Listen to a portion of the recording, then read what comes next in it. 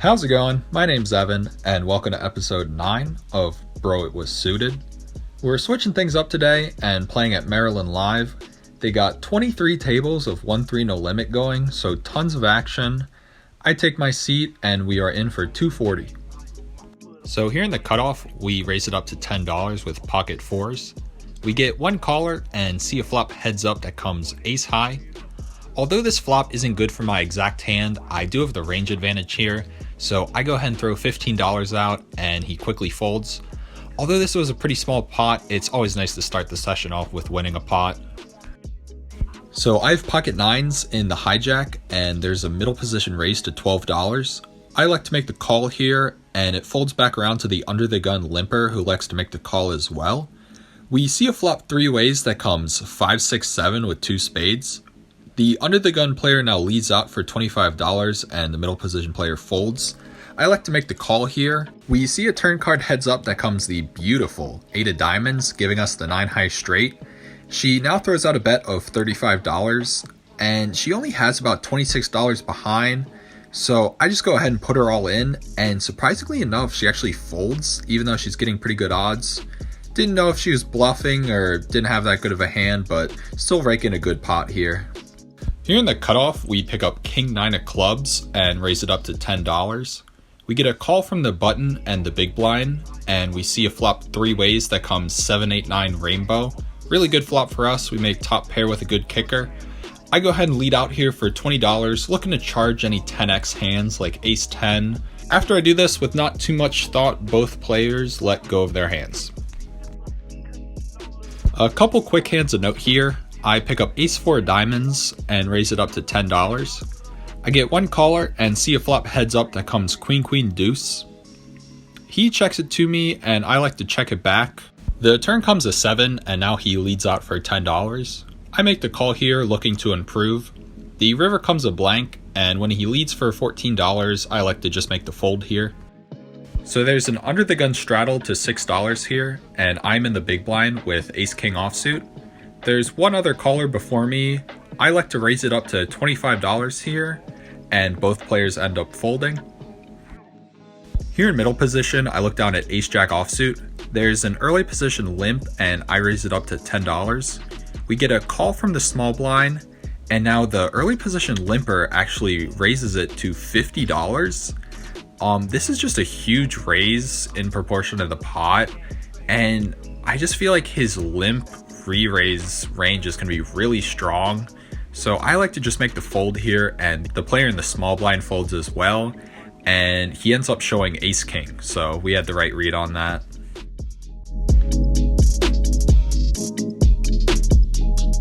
Next interesting hand to note here, we are in the small blind with king jack offsuit, better known as jacking off, and we raise it up to $10 after a couple limps. We get two callers and see a flop three ways that comes king 10-4 with two hearts.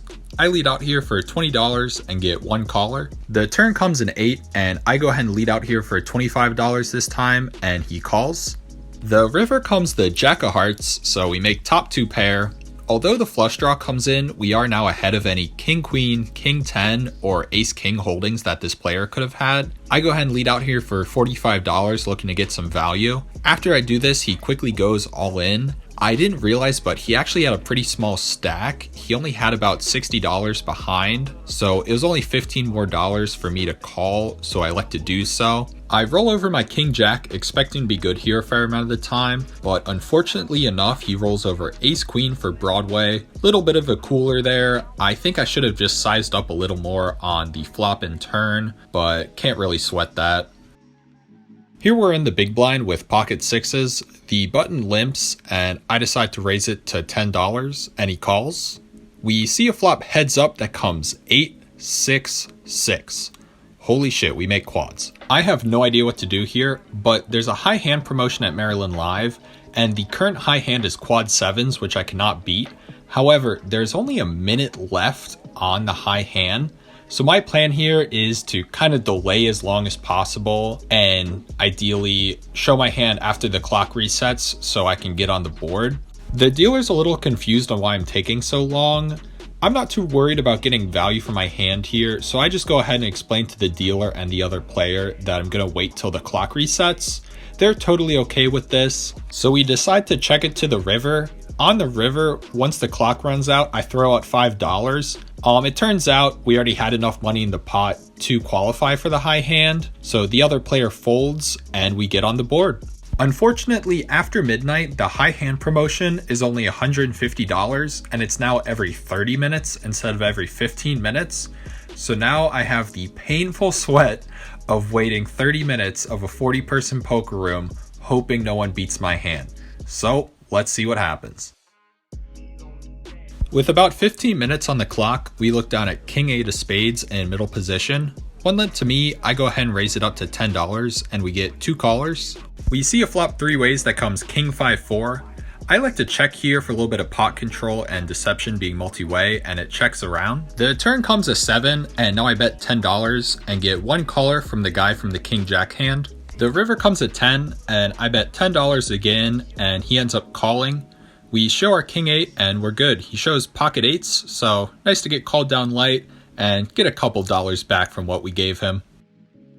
After that, we weren't really getting any hands, just watching the clock, and slowly but surely our hand ends up holding. Thankfully it held, such a long sweat, but we get paid, and of course I made sure to tip my dealer $10 for the high hand. Chris, if you're watching, thank you very much. After that, it was about 12:30. It was a good time to rack up and call it a night.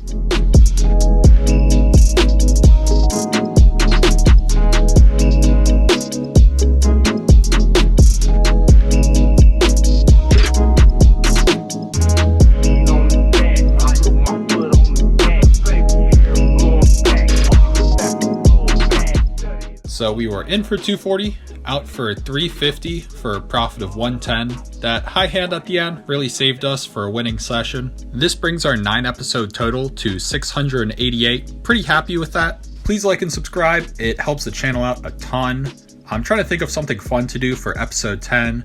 Feel free to give any feedback in the comments and have a good one.